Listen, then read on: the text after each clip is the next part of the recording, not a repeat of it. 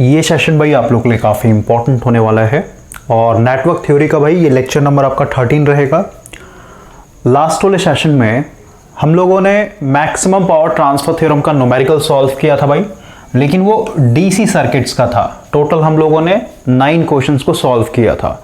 आज के सेशन में हम लोग अपने मैक्सिमम पावर ट्रांसफर थ्योरम के न्यूमेरिकल को सॉल्व करेंगे भाई, लेकिन आज का जो क्वेश्चन रहेगा वो एसी सर्किट्स का रहेगा। और आज के सेशन में टोटल हम लोग 4 क्वेश्चंस को सॉल्व करेंगे और ये सब हम लोगों ने ऑलरेडी पढ़ रखा है भाई, ये सब का कॉन्सेप्ट दिया गया था, है ना। एसी सर्किट्स में मैक्सिमम पावर ट्रांसफर थ्योरम में भाई यहाँ पे 5 केस बनता है। पहला केस था when load is purely resistive, है ना। उसके बाद दूसरा केस है when load has variable resistance and variable reactance. तीसरा केस था भाई when load has variable resistance and fix inductive reactance. उसके बाद फोर्थ केस है भाई आपका when source impedance is resistive and the load has a variable resistance but fixed inductive reactance. और last था भाई when magnitude of the load impedance is variable but not it's phase angle. और आज के session भाई ये जो 5th case है ना, इसको भी हम लोग समझेंगे क्योंकि इससे रिलेटेड आपका एक इंपॉर्टेंट क्वेश्चन डाला गया आपके बुक में। तो सबसे पहला क्वेश्चन हम लोग करते हैं। ये आपका सर्किट दिया भाई, इसमें अगर आप ध्यान से देखें ये हम लोग का लोड इम्पीडेंस है और क्वेश्चन में पूछा गया है कि भाई इस लोड इम्पीडेंस का क्या वैल्यू होगा अगर यहाँ पे हम लोग को मैक्सिमम पावर एक तरीके से ट्रांसफर करना है उस केस के लिए। तो हम लोग यहाँ पे अगेन थेवेनिन अप्लाई करेंगे भाई। सबसे पहले हम लोगों ने क्या किया है, इस लोड को रिमूव कर दिया। देखिए यहाँ से लोड को हम लोग रिमूव कर दिया भाई। अब इस ए बी टर्मिनल के क्रॉस जो भी वोल्टेज होगा वही हम लोग का VTH होता है।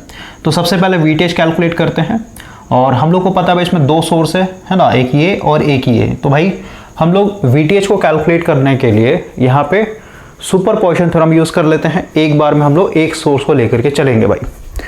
तो सबसे पहले हम लोग ये जो 10 वोल्ट दिया हुआ है इसको लेके चल रहे हैं भाई। ये 20 वोल्ट क्या हो जाएगा आपका, शॉर्ट हो जाएगा। तो इसके लिए पहले कैलकुलेट करते हैं। इधर हो गया आपका 10 ओम का रेजिस्टेंस, ये आपका 10 एंगल 0 वोल्ट प्लस माइनस, और यहाँ पे आपका एक कैपेसिटर लगा हुआ है -j20 ओम, और इसको तो भाई हम लोगों ने शॉर्ट कर दिया, है ना। और यहाँ पे भाई मुझे अभी देखना है। तो सीधी सी बात है भाई, जो वोल्टेज है ना, हम लोग यहाँ पे क्या कैलकुलेट करें कि भाई ये 10 वोल्ट के कारण इस ए बी टर्मिनल के पास कितना वोल्टेज देगा। तो सीधी सी बात है भाई, जो वोल्टेज कैपेसिटर के क्रॉस होगा वही वोल्टेज हम लोग का क्या हो जाएगा, ए बी टर्मिनल के क्रॉस भी हो जाएगा, है ना। तो यहाँ पे क्योंकि इधर तो भाई ओपन सर्किट है, इसका मतलब इधर कोई भी करंट नहीं जाएगा, तो हम लोग का सिर्फ और सिर्फ यही नेटवर्क बन रहा है। तो भाई अगर हम लोग कैपेसिटर के क्रॉस का वोल्टेज निकाल लें तो भाई हम लोग को सीधे सीधे ये जो ओपन सर्किट वोल्टेज ये भी पता चल जाएगा। तो वोल्टेज डिवीजन रूल लगा लेते हैं क्योंकि सीरीज नेटवर्क है। तो सीरीज नेटवर्क भाई हम लोग को पता है वोल्टेज डिवाइड होता है एक तरीके से, है ना। तो देखते हैं भाई यहाँ पे कितना वोल्टेज होगा। तो VC के क्रॉस और यही क्या हो जाएगा, वोल्टेज AB, है ना। टोटल वोल्टेज 10 इंटू जो रिएक्टेंस है भाई उसका वैल्यू, और माइनस में है ना, माइनस कर देते हैं यहाँ पे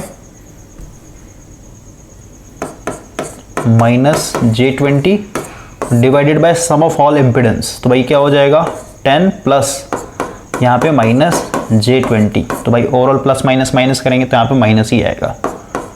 क्लियर हो गया। अब अगर आप इसको सॉल्व करते कितना हो जाएगा भाई, ये हो जाएगा j माइनस हो जाएगा 200 डिवाइडेड बाय 10 माइनस j20। तो भाई अगर हम लोग ऊपर नीचे से 10 कॉमन ले लेते हैं तो अंदर में क्या बचेगा, ये -j20, है ना। नीचे से भी हम लोगों ने 10 कॉमन ले लिया तो भाई इसमें क्या बचेगा, ये हो जाएगा 1 माइनस j2। 10 से 10 कैंसिल आउट हो जाएगा तो ओवरऑल क्या बचेगा यहाँ पे -j20 divided bye 1 minus j2। ये मेरा भाई इस कैपेसिटर के क्रॉस वोल्टेज होगा और यही मेरा इस ए बी टर्मिनल के क्रॉस भी वोल्टेज आएगा। तो यहाँ पे इसने एक नाम दे दिया भाई कि मान लेते हैं यहाँ पे जो वोल्टेज है V1 है ना। तो V1 हम लोगों ने यहाँ पे VA भी लिखा ना, इसको V1 ही कर लेते हैं, क्या दिक्कत है। तो V1 हम लोग का आ गया -j20 divided bye 1 minus J2। अब हम लोग भाई सेकंड केस में भाई इस वाले सोर्स को लेके चलेंगे, इसको हम लोग डेड करेंगे, यानी इसको शॉर्ट करना पड़ेगा। तो अभी हम लोग इसको साइड करते हैं।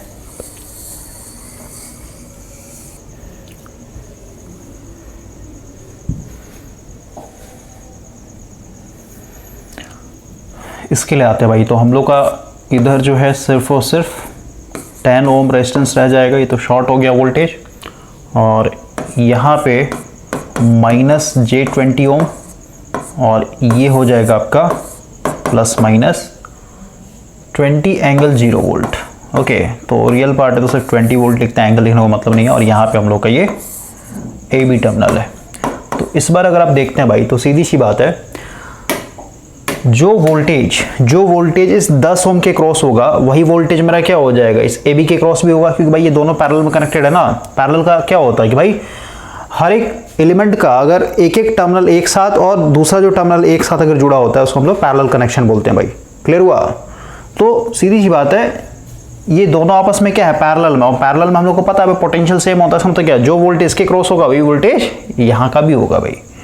तो हम लोग सबसे पहले इस 10 ओम के क्रॉस वोल्टेज निकालते, उसको मानते V2 है ना। इसके पास जो वोल्टेज ड्रॉप होगा ये V2 है। तो V2 इक्वल टू क्या हो जाए, टोटल वोल्टेज यानी 20 इंटू जिसके क्रॉस निकालना है वो divided by sum of all impedance, क्योंकि भाई यही सर्किट बन रहा है तो ओपन है ना, तो इसमें दोनों ऐड हो जाएंगे, यानी 10 ये हो जाएगा -J20। प्लस करेंगे नहीं, प्लस माइनस माइनस ही आएगा आपका। क्लियर हो गया? अब इसको सॉल्व करते हैं। V2 इक्वल टू क्या हो जाएगा, आप 10 कॉमन ले लीजिए ऊपर से, तो यहाँ बच जाएगा आपका 20 डिवाइडेड बाय 1 -J2। ठीक है, 10 से 10 कैंसिल आउट होगा ना, ऊपर नीचे हम लोगों ने कॉमन ले लिया भाई। क्लियर हुआ? तो V2 आ गया मेरा 20 divided by 1 -J2 volt. Okay, तो भाई हम लोगों ने दोनों वोल्टेज सोर्स के कारण इस ओपन टर्मिनल पे कितना वोल्टेज देख लिया हम लोगों ने। V1 आ गया, इधर आपका V2 आ गया। अब देखना भाई कि ये दोनों वोल्टेज ऐड होंगे या फिर सब्ट्रैक्ट होंगे, तो इसको हम लोग कैसे चेक करें। तो इसके लिए देखिए, हम लोग को पता है भाई कि इसमें जो करंट फ्लो होगा है ना, पोलैरिटी बस देखना होता है भाई, इधर ही से आएगा ना भाई, क्योंकि हायर पोटेंशियल है लोअर पोटेंशियल, तो करंट हम लोग हमेशा ऐसे ही आएगा, समझते कि ऊपर से नीचे उतरेगा, यानी प्लस होगा या माइनस होगा। क्लियर हो गया? उसी तरीके से अगर आप यहाँ पे देखते हैं तो भाई इसमें देखिए हायर पोटेंशियल है लोअर, यानी यहीं से करंट जाएगा इसमें भी, यानी अगेन क्या हो जाएगा, प्लस है माइनस है। इसका मतलब क्या, दोनों का जो है भाई, दोनों वोल्टेज में देख रहा ना same polarity, A B plus minus, A B plus minus. इसका मतलब क्या, दोनों वोल्टेज ऐड हो जाएंगे यहाँ पे। तो अगर हम यहाँ पे VAB इक्वल टू यही मेरा VTH होगा, क्या हो जाएगा, V1 प्लस V2 हो जाएगा भाई। सही बात है? तो दोनों को हम लोग को यहाँ पे ऐड करना पड़ेगा। तो V1 कितना है मेरा, ये आपका -J20 डिवाइडेड बाय 1 -J2 और प्लस V2 कितना है आपका, V2 है आपका 20 डिवाइडेड बाय 1 -J2। तो भाई LCM ले लेते हैं, 1 -J2 यहाँ पे हो जाएगा -J20 प्लस 20। तो अगर इसको आप सॉल्व करते हैं, सही है ना, सही भाई। अब इसको सॉल्व कर लेते हैं, ये हो जाएगा 20 -J20 डिवाइडेड बाय 1 -J2, ये आ गया मेरा VTH। तो क्योंकि भाई हम लोग इसका इक्विवेलेंट सर्किट डायग्राम बनाएंगे ना, थेवेनिन सप्लाई कर रहे थे भाई, इसका एक इक्विवेलेंट सर्किट डायग्राम बनेगा जिसमें एक ZTH होगा और एक आपका VTH होगा। तो VTH का तो वैल्यू मेरे को पता है, और यहाँ पे फिर हम लोग लोड को कनेक्ट करते हैं। सही बात है ना। यहाँ पे मेरा ZL होता है भाई। तो देखिए भाई, ZL के क्रॉस में को पावर निकाला, सबसे पहले हम लोग करंट निकालना पड़ेगा। और करंट क्या होता है, VTH divided by ZTH plus ZL।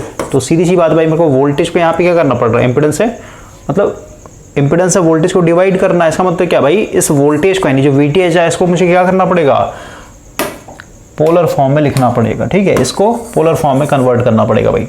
ठीक है ना। तो पहले मैंने आपको समझा दिया क्यों कर रहे हैं, क्योंकि भाई हम लोग को डिवाइड करना ना एट द एंड, करंट को निकालने के लिए। करंट निकलेगा तभी तो भाई पावर निकाल सकते हैं, I² इंटू ZL। तो इसको कन्वर्ट कर लीजिए भाई, ऊपर में कॉम्प्लेक्स फॉर्म, ये भी कॉम्प्लेक्स फॉर्म है। तो VTH इक्वल टू क्या हो जाएगा, 20 का स्क्वायर। देखिए इसको सॉल्व करते हैं।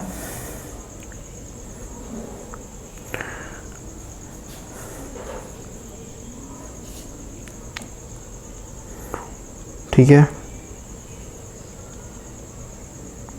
ये हो जाएगा भाई, ऊपर का वैल्यू आएगा 28.28 और एंगल की बात करें तो भाई tan इनवर्स -1 होगा ये। है ना, ये आ जाएगा -45 डिवाइडेड बाय, नीचे का देख लेते हैं, ये हो जाएगा 1 का स्क्वायर प्लस 2 का स्क्वायर, ये हो जाएगा 2.23, और एंगल की बात करें तो ये हो जाएगा tan इनवर्स -2 डिवाइडेड बाय 1, तो ये आ जाएगा -63.43। अब इसको सॉल्व करते हैं भाई, तो VTH आ जाएगा आपका 28.28 डिवाइडेड बाय 2.23, ये आ जाएगा 12.68, और एंगल भाई ऊपर जाएगा तो प्लस हो जाएगा, है ना, तो ये अपना माइनस यानी 63.43 में से घटाना पड़ेगा हम लोग को 45, ये आ जाएगा 18.43। तो ये मेरा वोल्टेज आ गया भाई, VTH का वैल्यू। थोड़ा सा देखते हैं हम लोग का सही है या नहीं है।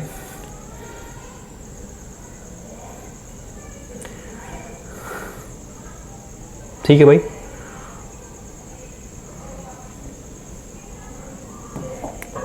यहाँ पे हम लोग आ गया ना माइनस, ठीक है, और ये भी ठीक है। बुक में आपका अलग तरीके से किया भाई, रेशनलाइज कर लिया गया है, ठीक है। तो इससे भी वही आएगा, अगर आप देखिए बुक को फॉलो करते हैं तो हम लोग का ये आया ना, ये वैल्यू आया VTH का। तो यहाँ पे शॉर्टकट तरीके से किया गया है कि भाई 20 - j20 डिवाइडेड बाई क्या है 1 - 2j2, रेशनलाइज कर लेते हैं, 1 + j2 हो जाएगा, और नीचे में आपका 1 + j2 हो जाएगा। सॉल्व कर लीजिए, इसको हम मिटाते हैं यहाँ से,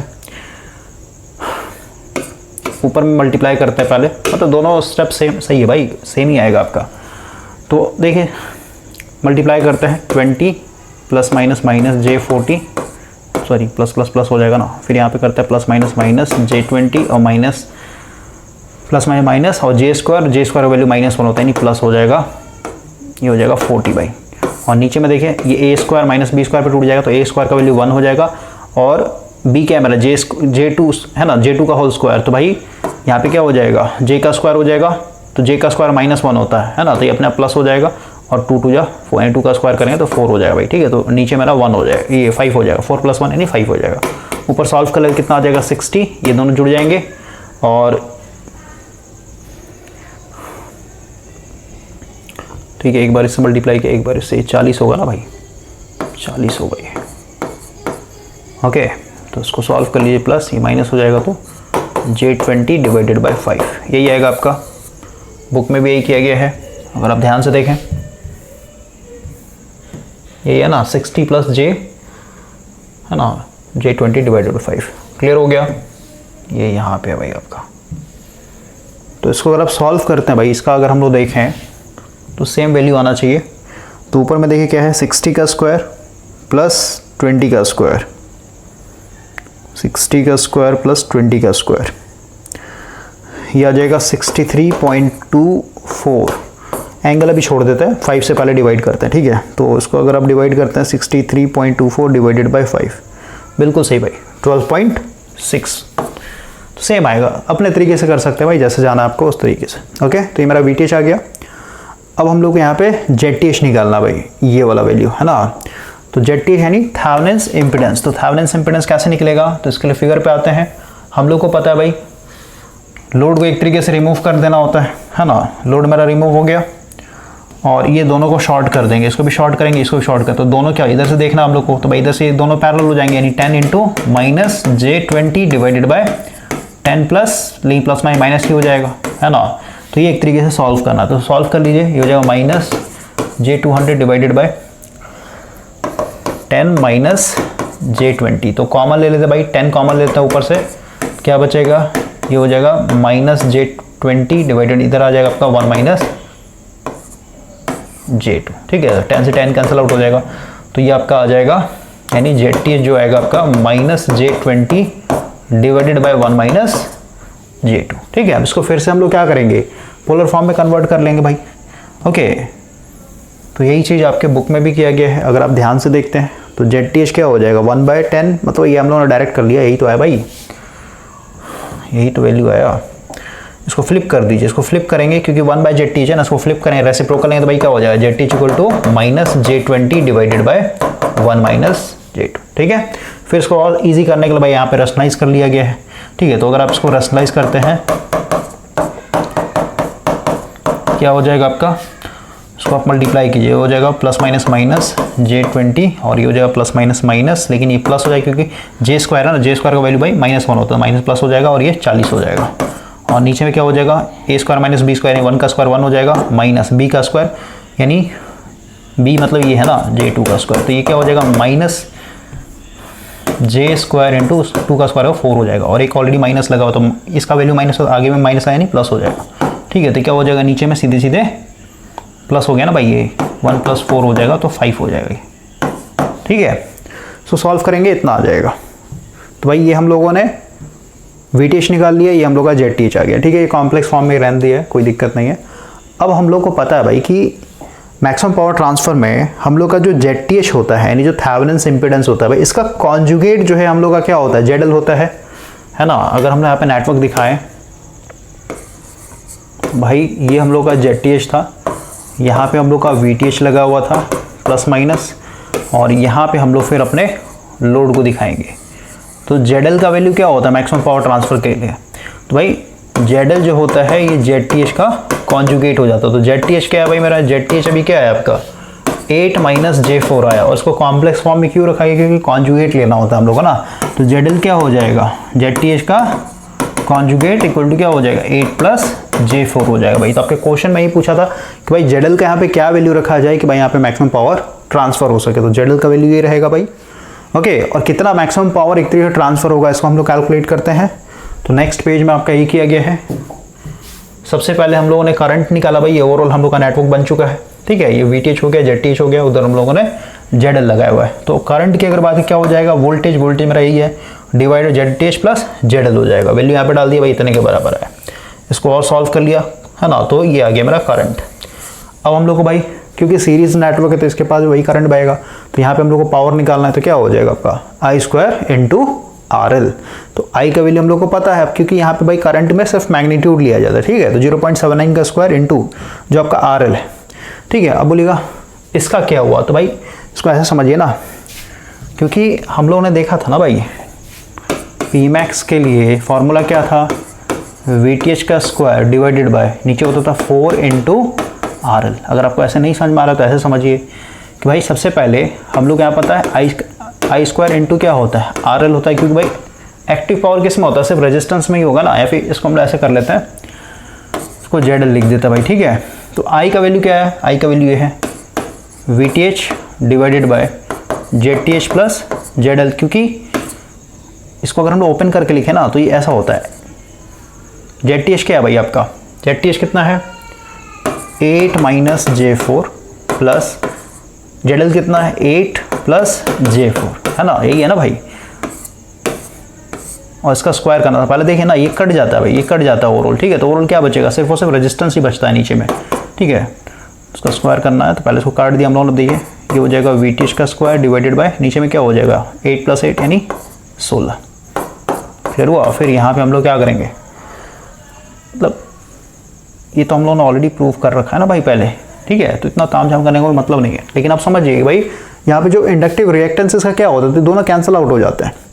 ओके, तो करंट निकाल लिया हम लोगों ने, करंट पता चल गया, तो भाई हम लोग को यहाँ पे I² RL के हिसाब से पावर कैलकुलेट करना, तो 5 वॉट एक तरीके से मैक्सिमम पावर ट्रांसफर होगा। अब हम लोग आगे बढ़ते हैं भाई।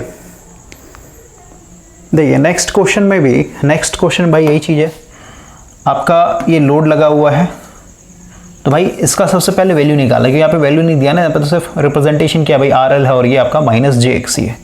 तो इसको सबसे पहले ओपन करें, क्योंकि थेवेनिन सप्लाई कर रहे हैं भाई, यहाँ से हम लोगों ने ओपन कर दिया। और क्योंकि इसमें सिंगल सोर्स लगा हो भाई, तो हम लोग क्या करेंगे, हम लोग को इस पॉइंट का पोटेंशियल चाहिए। कैसे निकलेगा, तो भाई हम लोग को पता है टोटल वोल्टेज है, तो भाई टोटल वोल्टेज में सबसे पहले कौन सा ड्रॉप होगा, ये कुछ ना कुछ वोल्टेज खाएगा, और जो बचेगा वो जाकर क्या होगा आपको यहाँ पे देखने को मिलेगा। अब सीधी सी बात है, जो वोल्टेज इसके क्रॉस होगा भाई वही वोल्टेज यहाँ पे भी तो आएगा, क्योंकि दोनों पॉइंट क्या एक तरीके से पैरेलली कनेक्टेड है। समझ में आया, तो हम लोग सीधे सीधे क्यों ना इसी के क्रॉस का वोल्टेज ड्रॉप निकालें। यहाँ पे दो ऑप्शन है भाई, या तो आप सबसे पहले इसके क्रॉस का ड्रॉप निकाल लीजिए, जो भी आएगा उसको फिर मेन वोल्टेज में से माइनस कर लीजिएगा, है ना भाई। 50 वोल्ट में से मान लेते हैं इसने 20 वोल्ट खा लिया, तो आगे कितना बचा, सीधी सी बात है 50 में से 20 माइनस करेंगे तो 30, यानी इसके क्रॉस 30 वोल्ट है, तो वही वोल्टेज हम लोग का भाई VTH कहलाएगा। क्लियर हुआ। या फिर आप डायरेक्ट एक स्टेप कर लीजिए भाई कि यहीं का वोल्टेज ड्रॉप निकाले, तो जो इसके क्रॉस वोल्टेज ड्रॉप होगा वो यहाँ पे होगा। तो ज़्यादातर बच्चों को समझ में नहीं आता, तो भाई बेटर है कि सबसे पहले यहाँ का ड्रॉप देखते भाई ये कितना वोल्टेज का आता है। तो सीरीज नेटवर्क है भाई, यहाँ पे लगाते थे वोल्टेज डिवीजन रूल मारते, यहाँ पे V1 है, तो V1 इक्वल टू क्या हो जाए बताइए, टोटल वोल्टेज यानी 50 एंगल 45 इंटू आपका 5 ohm divided by sum of all. तो भाई रियल पार्ट को एक साथ जोड़ते हैं, 5 प्लस 2 यानी 7 हो जाएगा, और ये हो जाएगा प्लस J10। क्लियर हुआ। अब इसको बस सॉल्व करना, आपका कितना हो जाएगा, 5 5 25 यानी 250 एंगल 45, और नीचे हो जाएगा 7 प्लस J10। अब क्योंकि भाई डिवाइड करना तो उसको क्या करना पड़ेगा, मुझे फिर से पोलर फॉर्म में लिखना पड़ेगा। ऊपर वाला तो पोलर फॉर्म में है ही वो, तो इसको अगर आप देखते हैं तो कितना हो जाएगा, 250 डिवाइडेड बाय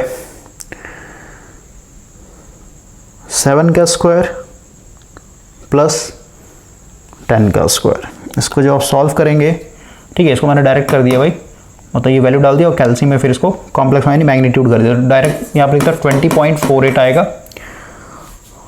और यहाँ पे एंगल की अगर बात करें तो ऊपर में तो 45 हो, और इसका देख लेते कितना आएगा, ये आ जाएगा आपका 10 डिवाइडेड बाय 7।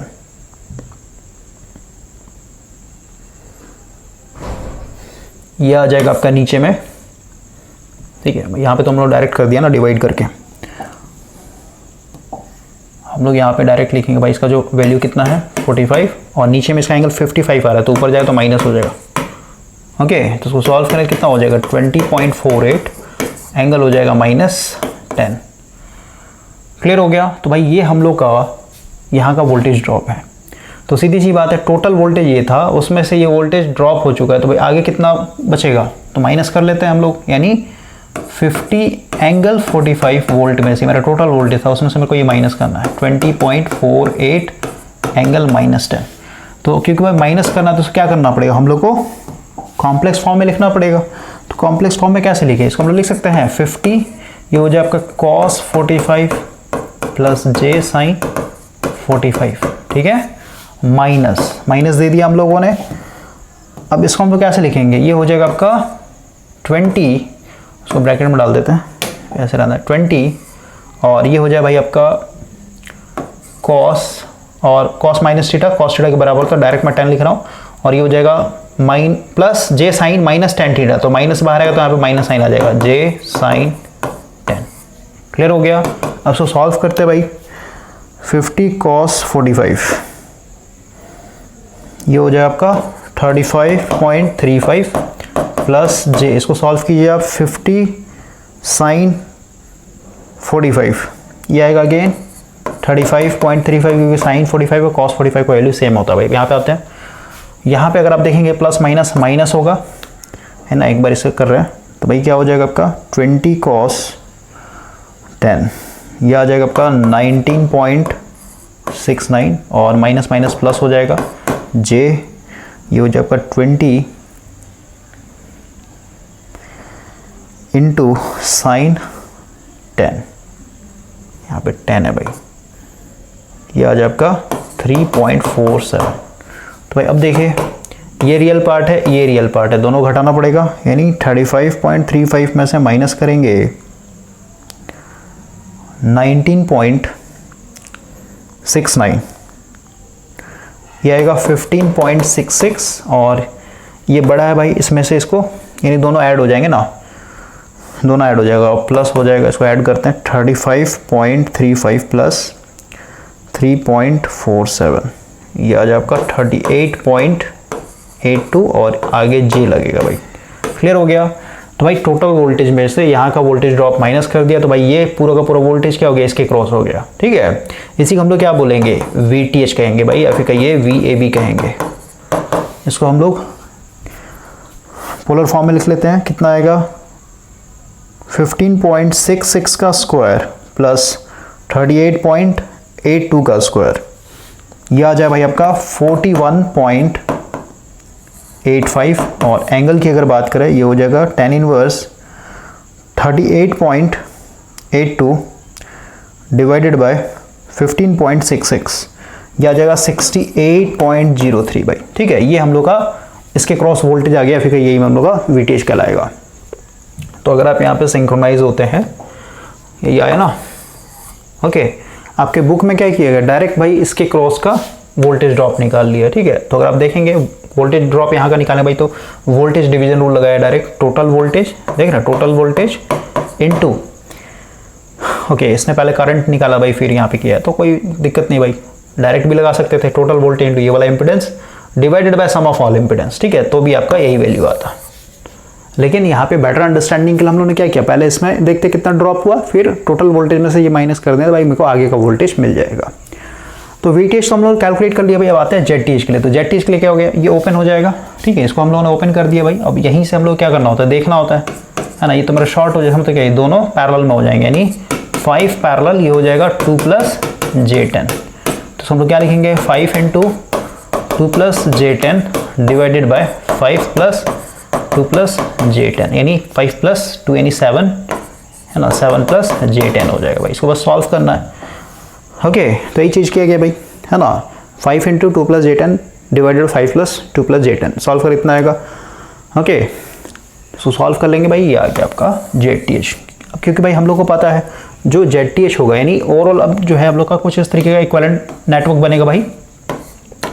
ये हो गया ZTH, ये हो गया हम लोग का VTH, और यहाँ पे फिर लास्ट में हम लोग लोड को कनेक्ट करेंगे, ओके।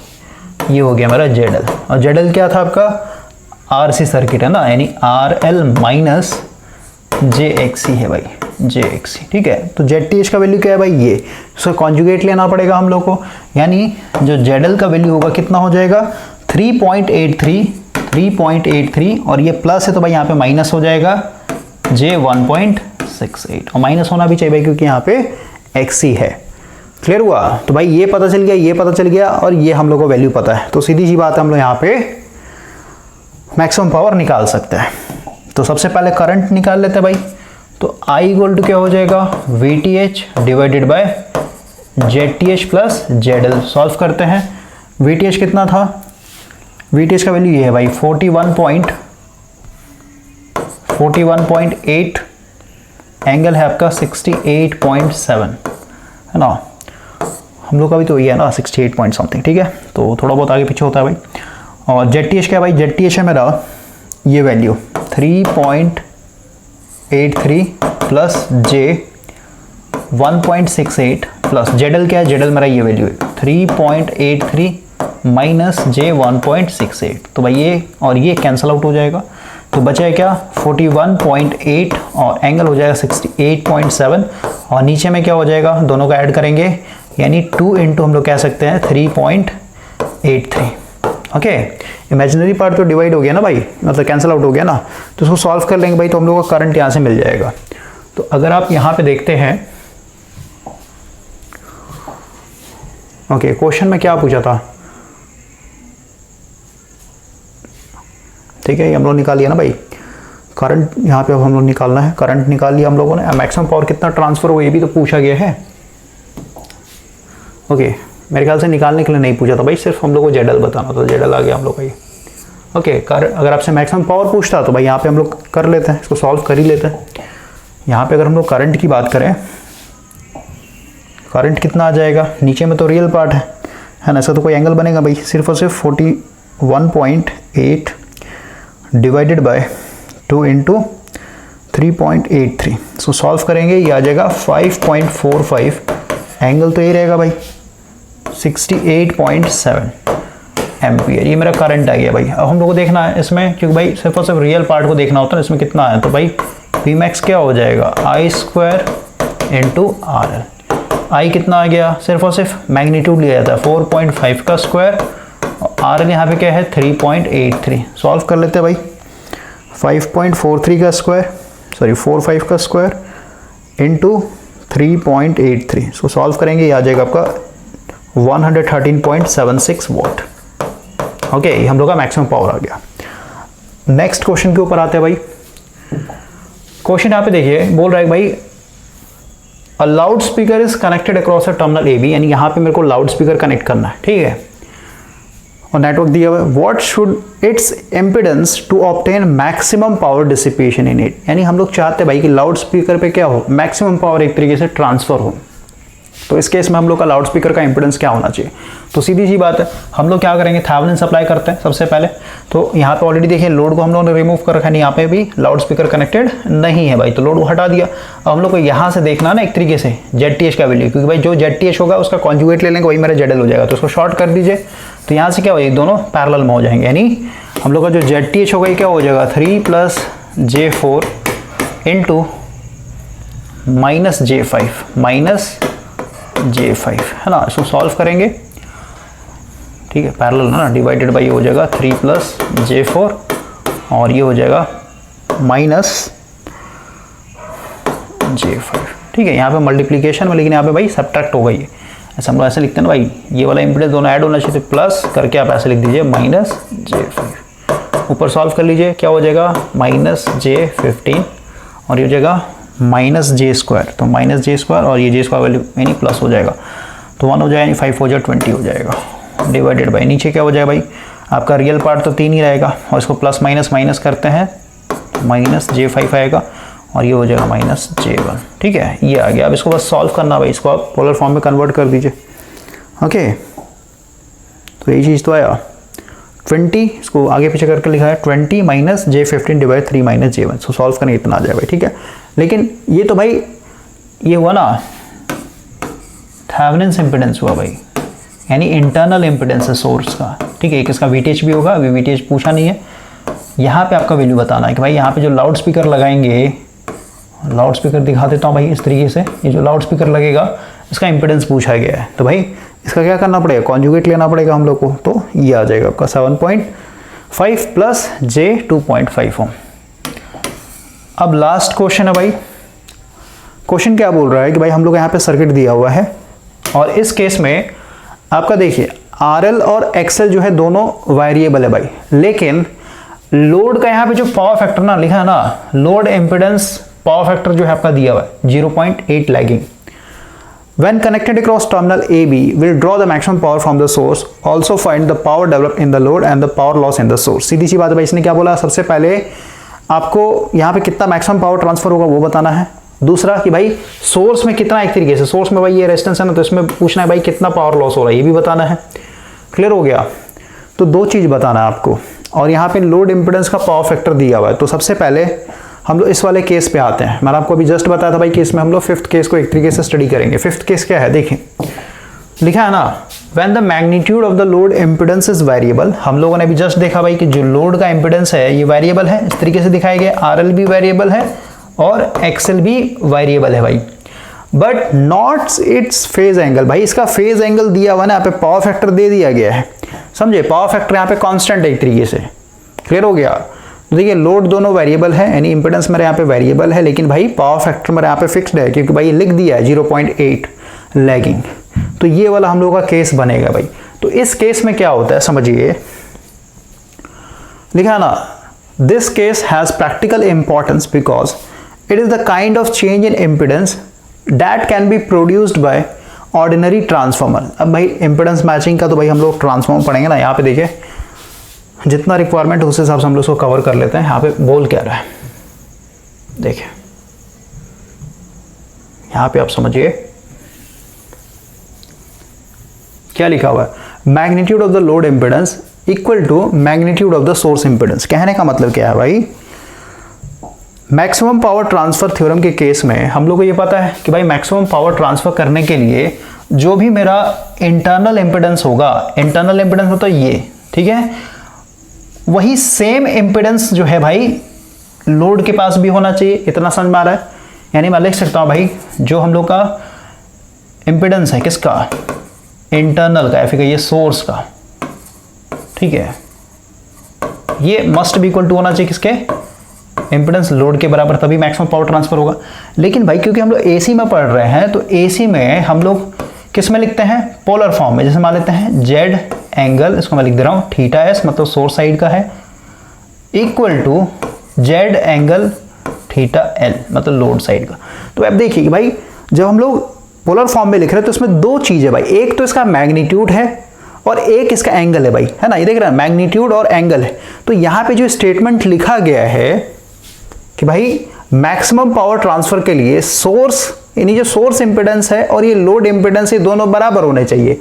तो भाई अब यहाँ पे क्वेश्चन आएगा ना कि दोनों बराबर होने चाहिए, इसका मतलब क्या है कि भाई सिर्फ और सिर्फ उसका मैग्नीट्यूड बराबर होना चाहिए, है ना। सोर्स का सिर्फ और सिर्फ मैग्नीट्यूड बराबर होना चाहिए लोड के, यहाँ पे अंदर कर लेते हैं भाई, या फिर मैग्नीट्यूड प्लस एंगल दोनों बराबर होना चाहिए। सोचने वाली बात है ना भाई, क्योंकि इसमें दो चीज छुपा है ना, एक इसका एंगल भी है और इसका मैग्नीट्यूड भी है।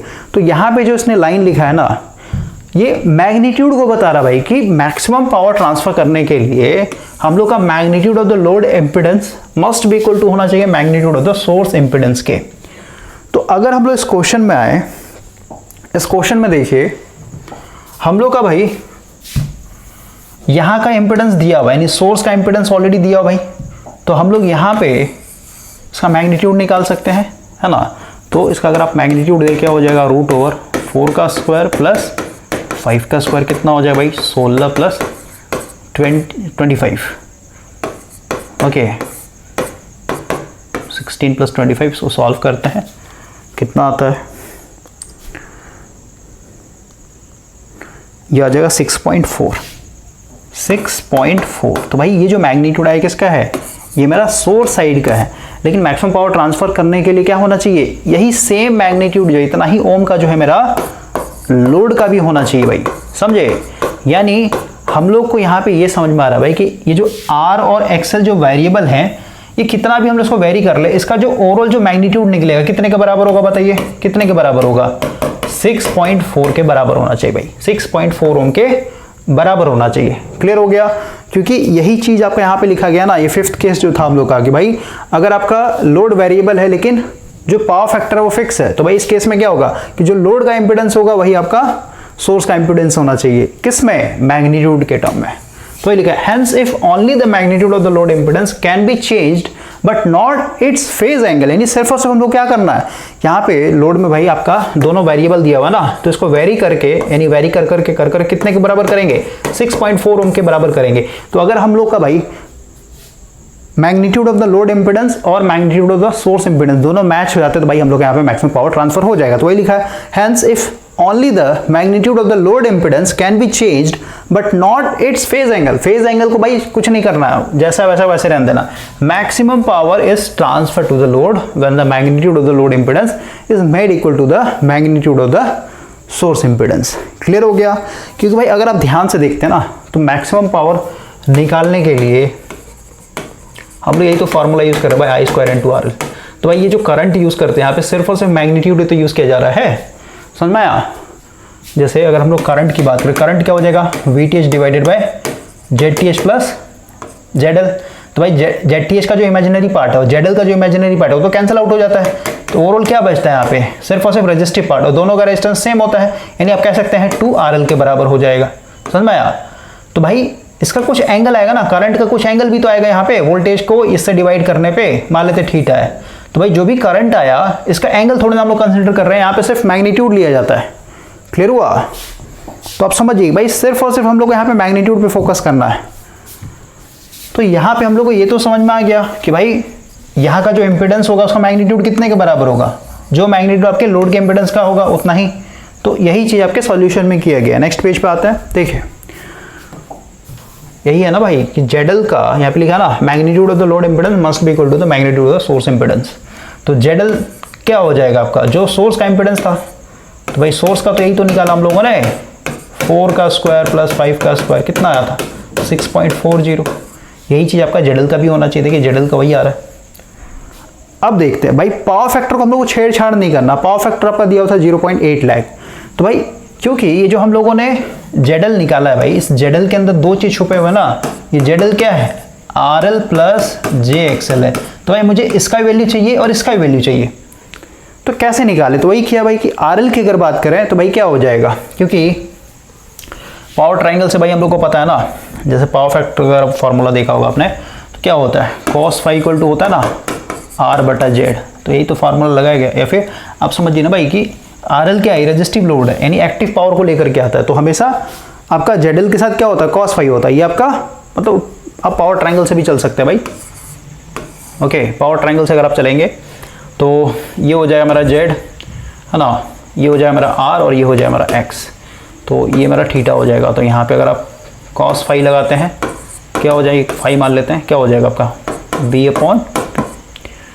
अपॉन एच होता है ना, बेस क्या है भाई आर, एच क्या है मेरा जेड, तो वही तो किया है भाई। cos फाई इक्वल टू क्या हो जाएगा आर अपॉन ये जेड इधर आ जाएगा ना। उस तरीके से अगर आप साइन फाई लगाते हैं भाई क्या हो जाएगा पी अपॉन एच, परपेंडिकुलर क्या है एक्स अपॉन जेड। ठीक है, तो यहाँ से आप क्या कर सकते हैं, एक्स का वैल्यू निकालेंगे तो जेड इंटू साइन फाई हो जाएगा। क्लियर हुआ। तो सबसे पहले यहाँ पे फाई का वैल्यू निकाला गया है ना, ये दिया हो ना cos फाई का वैल्यू 0.8, तो भाई यहाँ से हम लोग फाई का वैल्यू निकालेंगे, क्या हो जाएगा cos इनवर्स 0.8। सो सॉल्व करेंगे तो 36 पॉइंट समथिंग आएगा, फाई का वैल्यू निकाल लेंगे। देखिए cos इनवर्स 0.8 36.86 आएगा, फाई का वैल्यू पता चल गया 36.86। तो भाई हम लोग साइन फाई का वैल्यू निकाल सकते हैं ना, साइन और फाई की जगह क्या पुट कर देंगे 36.86 आ जाएगा 0.6। ठीक है, तो ये हम लोग का फार्मूला है, आर और एक्सल निकल जाएगा यहाँ से। ठीक है, जेड पता है भाई कितना था, ये मैग्नीट्यूड हम लोग निकाला ना इतना, cos फाई का वैल्यू इतना, ठीक है इसका वैल्यू इतना, तो इतना आ गया। यानी आप देखिए कि भाई ये जो केस है हम लोग का लास्ट वाला, इसमें अगर आप आर एल और एक्सल की बात करें, देखिए 5.12 ओम आया और ये आपका 3.84 आया। लेकिन भाई जो मेरा सोर्स था, सोर्स इधर का अगर आप रेजिस्टेंस और रिएक्टेंस देखेंगे तो कितना था, ये 4 ओम के बराबर था और ये जे 5 ओम के बराबर था। दोनों अलग है ना, इसका वैल्यू देखिए अलग है। तो दोनों को हम लोग इस तरीके से वेरी करेंगे कि भाई इसका ओवरऑल जो है मैग्नीट्यूड सेम है। इसका आप मैग्नीट्यूड निकालिए, इसका अगर आप मैग्नीट्यूड निकालते हैं भाई आर और एक्सल है ना, तो हम ऐसे लिखेंगे जेड इक्वल टू क्या हो जाएगा R plus J XL, R L कर लेते हैं। आर का वैल्यू कितना है 5.12 प्लस जे एक्सल का वैल्यू कितना है 3.84। तो भाई तो कॉम्प्लेक्स फॉर्म में इसका आप मैग्नीट्यूड निकालिए, क्या होगा रूट ओवर 5.12 का स्क्वायर प्लस 3.84 का स्क्वायर, सॉल्व कीजिए यही आएगा 6.40। समझे। तो भाई यहाँ पे हम लोग रेजिस्टेंस और रिएक्टेंस को वेरी इस तरीके से करते हैं कि भाई इसका जब भी मैग्नीट्यूड निकाला जाए तो कितने के बराबर हो, जो आपका इंपेडेंस का जो यानी सोर्स इंपेडेंस का जो मैग्नीट्यूड है उसके बराबर होना चाहिए। आप इसको कैलकुलेट कीजिएगा, सेम वैल्यू आएगा। क्लियर हुआ। तो ये हम लोग का स्पेशल केस था भाई। देखिए सॉल्व कर लेते हैं, 5.12 का स्क्वायर प्लस 3.84 का स्क्वायर, बिल्कुल सही भाई 6.4 आएगा एक्यूरेट। तो भाई ये हम लोग का आ गया। ठीक है, अब हम लोग लिख सकते हैं जेड एल मेरा ये क्लियर हुआ। लेकिन अगर आप जेड एस की बात कर रहे हैं, सोर्स साइड की बात करें, सोर्स साइड में देखिए इंपेडेंस अलग है ना, 4 प्लस जे 5 ओम है भाई, और इधर क्या है, इधर अलग आया, कितना आया 5.12 प्लस जे 3.84। तो ये आपका स्पेशल केस था, इसमें आपको ध्यान रखना भाई, अगर पावर फैक्टर फिक्स है और लोड मेरा एक तरीके से यानी लोड इंपेडेंस वेरिएबल है तो इस तरीके से आपको सॉल्व करना है, यानी सिर्फ और सिर्फ मैग्नीट्यूड के ऊपर फोकस करना भाई। क्लियर हो गया। अब हम लोग जो क्वेश्चन में पूछा गया था, क्वेश्चन में क्या पूछा था भाई, क्वेश्चन में पूछा था लोड पे कितना पावर आएगा और है ना, लोड साइड में कितना पावर डेवलप होगा और सोर्स साइड में कितना पावर लॉस होगा। तो सबसे पहले भाई क्योंकि हम लोग का टोटल इंपेडेंस निकालना है, क्योंकि भाई मेरे को करंट निकालना है, ओवरऑल सीरीज नेटवर्क बन रहा है ना ये, है ना, ये सोर्स रेजिस्टेंस, ये आपका सोर्स रिएक्टेंस, ये आपका लोड रेजिस्टेंस और ये आपका लोड रिएक्टेंस।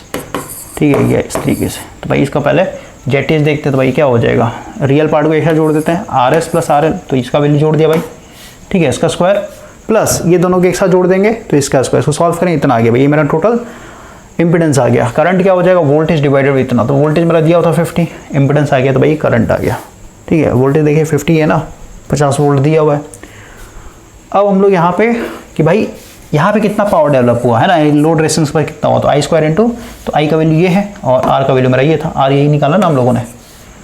और सोर्स साइड में देखते कितना पावर लेस हुआ, तो सोर्स साइड में क्या हो जाएगा, करंट तो मेरा ये है और रेजिस्टेंस कितना था 4 ओम।